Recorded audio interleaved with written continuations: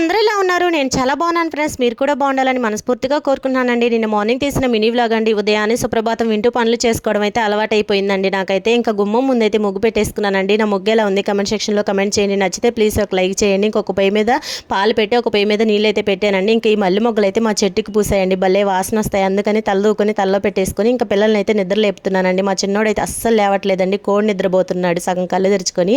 మా పిల్లలు స్కూల్ ఉన్న రోజు అస్సలు లేవరండి. స్కూల్ లేని రోజు అయితే త్వరగా లేసి కూర్చుంటారు. మీ ఇంట్లో మీ పిల్లలు కూడా ఇంతేనే కామెంట్ చేయండి. ఇంకా నీళ్ళు అయితే కాగిపోయాయండి. ఈ లోపు టీ కూడా అయిపోయాయి.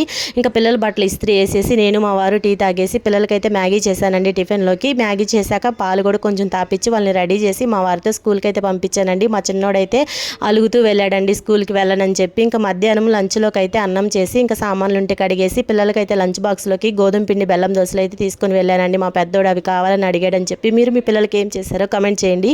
వీడియో నచ్చితే ప్లీజ్ సబ్స్క్రైబ్ చేయండి.